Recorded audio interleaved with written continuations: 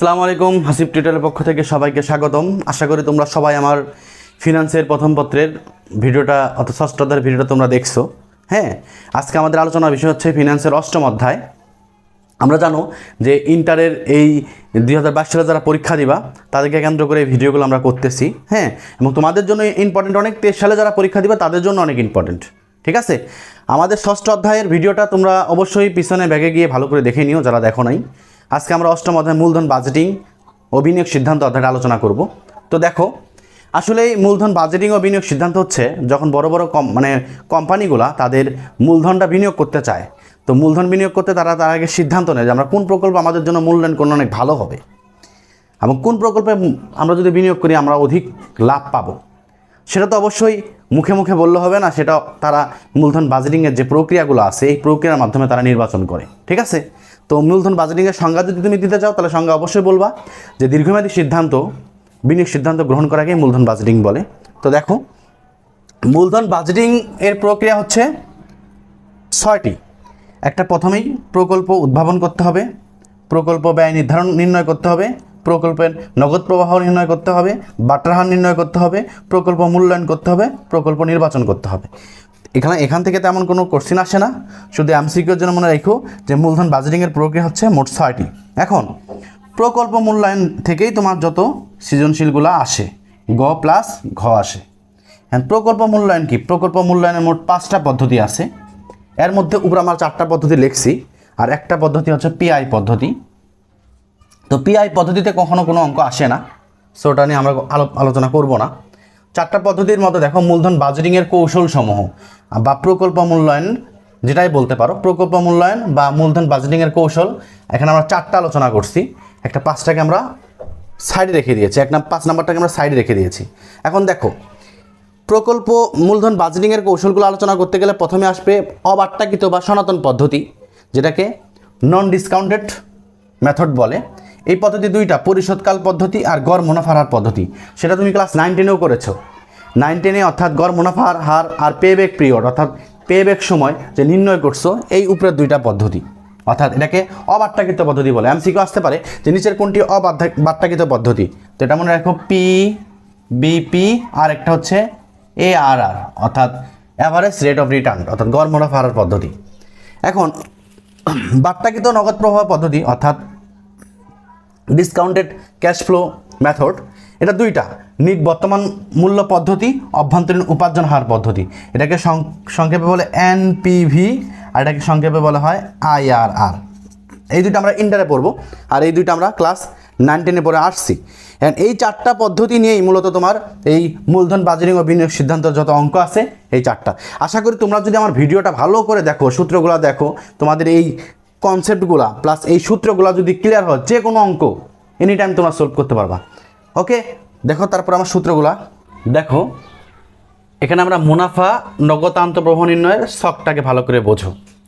আমরা বলছিলাম যে ARR PBP এই 2টা পদ্ধতিকে বলা হয় অবাট্টাকৃত, IRR আর NPV এই 2টা পদ্ধতিকে বলা হয় বাট্টাকৃত। ঠিক আছে, ভালো করে কথাগুলো শুনবা। আমার ARR করতে আমার মুনাফা লাগবে, খেয়াল করো ভালো করে, ARR করতে আমার মুনাফা লাগবে। PBP অর্থাৎ পেব্যাক পিরিয়ড, গড় পরিশোধকাল বা পেব্যাক সময়, বর্তমান মূল্য, IRR, এই 3টা করতে আমার নগদ আন্তঃপ্রবাহ লাগবে। যদি পরীক্ষায় দেওয়া থাকে ভালো, আর না দেওয়া থাকলে এই মানগুলো আমার লাগবে। একটু খেয়াল করে শোনো আবার, ARR অর্থাৎ গড় মুনাফার হার যদি আমি বের করতে যাই তাহলে আমার মুনাফা লাগবে, আর পরীক্ষায় যদি কর পরবর্তী মুনাফা দেওয়া থাকে তাহলে আমি ওই মুনাফা থেকেই করব, না দেওয়া থাকলে আমাকে বের করতে হবে। এরপর পেব্যাক পিরিয়ড, IRR, NPV করতে আমার নগদ আন্তঃপ্রবাহ লাগবে। ঠিক আছে, এখন দেখো কথা, যদি পরীক্ষায় নগদ আন্তঃপ্রবাহ এবং গড় মুনাফা দেওয়া থাকে তাহলে তুমি ইজিলিভাবেই বের করতে পারবে এই আইটেমগুলা। না দেওয়া থাকলে আমার এই পদ্ধতি অবলম্বন করে বের করতে হবে। পদ্ধতি কি দেখো, প্রথমে বিক্রয় থাকবে, বিক্রয় থেকে চলতি ব্যয় আর স্থায়ী ব্যয় যদি আইটেম থাকে আমি বাদ দিব। ঠিক আছে, বাদ দেওয়ার পর যেটা আসবে সেটাকে বলা হয় অবচয় ও কর পূর্ব মুনাফা। কি বললাম? অবচয় ও কর পূর্ব মুনাফা। এরপর আমি অবচয় বাদ দিব, অবচয় বাদ দেওয়ার পর আমার আসবে কর পূর্ব মুনাফা। কি বললাম? অবচয় ও কর পূর্ব মুনাফা থেকে যদি অবচয় বাদ দেই তাহলে কর পূর্ব মুনাফা আসবে। অবচয় পরীক্ষার প্রশ্ন দেওয়া থাকলে লিখবা, না দেওয়া থাকলে তোমাকে বের করে রাখতে হবে। বের করার সূত্র কি? প্রাথমিক বিনিয়োগ মাইনাস ভগ্নাংশ মূল্য ভাগ হচ্ছে আয়ুষ্কাল। ঠিক আছে? এরপর অবচয় বাদ দেওয়ার পর কর পূর্ব মুনাফা আসবে। কর পূর্ব মুনাফা থেকে আমি কর বাদ দিব। হ্যাঁ, আধুনিক নিয়মে হোক সেটা ক্ষতি হোক লাভ, কিন্তু কর বাদ দিতেই হবে। ঠিক আছে? আগে বাদ দিতে হতো না, কর বাদ দিতেই হবে, কারণ কর বাদ দিতে হয়। এটা নিয়ে আমি একটা বিস্তারিত ভিডিও দিব তোমাদের। কর পরবর্তী মুনাফা আসবে। কর পরবর্তী মুনাফার সাথে যখন আমি অবচয় যোগ করবো, এই যে কর পরবর্তী মুনাফা, ভালো করে শোনো, এই কর পরবর্তী মুনাফা বা এটার নাম নিট মুনাফা, এই কর পরবর্তী মুনাফা দিয়ে আমি ARR করব। ওকে, অনেক প্রশ্নে দেওয়া থাকে, আমার করতে হয় না কাজ। যদি না দেওয়া থাকে তাহলে আমাকে এই কাজে বের করতে হবে।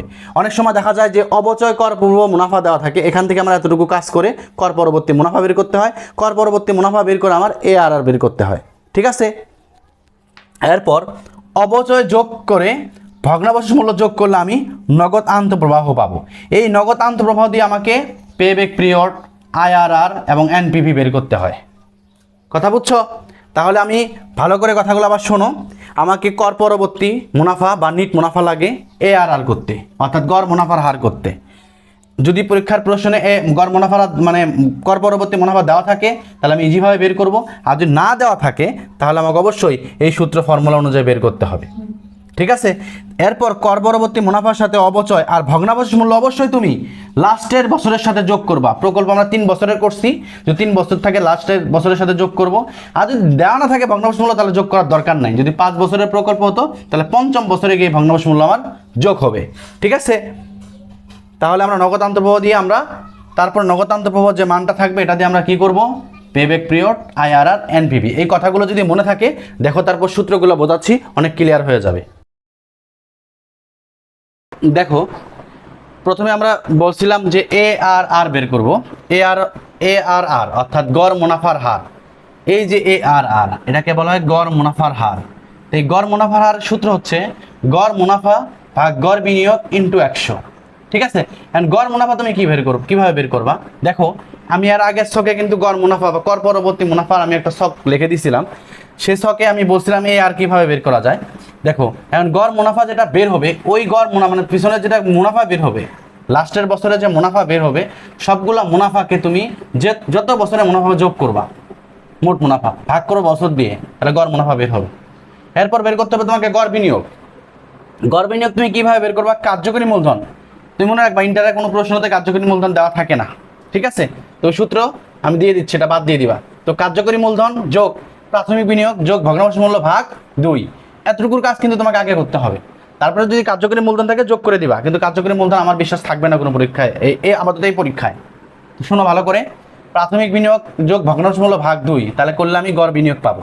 তাহলে এই যে গড় মুনাফাকে আমি যখন গড় বিনিয়োগ দ্বারা ভাগ করব, তাহলে আমি গড় মুনাফার হার পাবো, অর্থাৎ ARR পাবো। আশা করি তোমরা AR বের করার কনসেপ্টটা ক্লিয়ার। তারপরে যখন আমি অঙ্ক করবো আরও ক্লিয়ার হবে। দেখো, এরপর হচ্ছে PBP অর্থাৎ পে ব্যাক সময়। দেখো ভালো করে, পে ব্যাক সময় বের করার সূত্র হচ্ছে A plus NCO minus C/D। এখন এ কি? এটা হচ্ছে যখন তুমি নগদ আন্তঃপ্রবাহে একটা ছক টানবা, অঙ্কতে দেখে দিব, বছর, নগদ আন্তঃপ্রবাহ, ক্রমযোজিত নগদ আন্তঃপ্রবাহ। এ ইকুয়ালটা হবে যত টাকা তুমি বিনিয়োগ করবা, ওই বিনিয়োগটা ক্রমযোজিত নগদ আন্তঃপ্রবাহ যে কাছাকাছি বছরটা চলে আসবে সেটা হবে A। আর NCO হবে একটু বিনিয়োগ, আর C হবে এর কাছাকাছি ক্রমযোজিত নগদ প্রবাহ, আর D হবে এ বছরের পরবর্তী বছরের নগদ প্রবাহ, মানে এ যেখানে অবস্থিত তার পরবর্তী বছরের নগদ প্রবাহ। এটা ক্লিয়ার করে লিখে নাও, এরপর যখন অঙ্ক করব তখন একদম কনসেপ্টগুলো ক্লিয়ার হয়ে যাবে। ঠিক আছে? তারপরে যদি আমার এটা হলো তোমার নগদ প্রবাহ যদি ভিন্ন ভিন্ন হয় তখন পেব্যাক সময় বের করবো এইভাবে। কিন্তু নগদ প্রবাহ যদি সবগুলা সেম হয়, ধরো মনে করো 20,000 20,000 20,000 20,000, তখন তুমি পেব্যাক কেমন বের করবা? তখন মনে করো সবচেয়ে ইজি, তখন তুমি কি করবা? প্রাথমিক বিনিয়োগটাকে নগদ প্রবাহ দিয়ে ভাগ করে দিবা। একটা বছরের নগদ প্রবাহ দিয়ে ভাগ করে দিবা, তখন তোমার ইজিভাবে পেব্যাক পিরিয়ড বের হয়ে আসবে, তখন এত কষ্ট করতে হবে না, তখন ছকট আনতে হবে না। দেখো তারপর এনপিভি।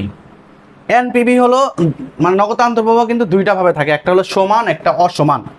যদি অসমান হয়, সমান অসমান অনেক সময় তুমি কনসেপ্টে আসলে ভুল করো। সমান বলতে আমি বোঝাচ্ছি লাস্টের বছরে যে নগদ আন্তঃপ্রবাহ বের হবে, আমার আগের ছকে দেখো যে 3টা বছরের আমি প্রকল্প করছিলাম যে লাস্টের বছরে যে নগদ আন্তঃপ্রবাহ বের হবে ওই 3 বছরে যদি সমান হয় তাহলে এক সূত্র হবে, 3 বছর যদি ভিন্ন ভিন্ন হয় তাহলে এক সূত্র হবে।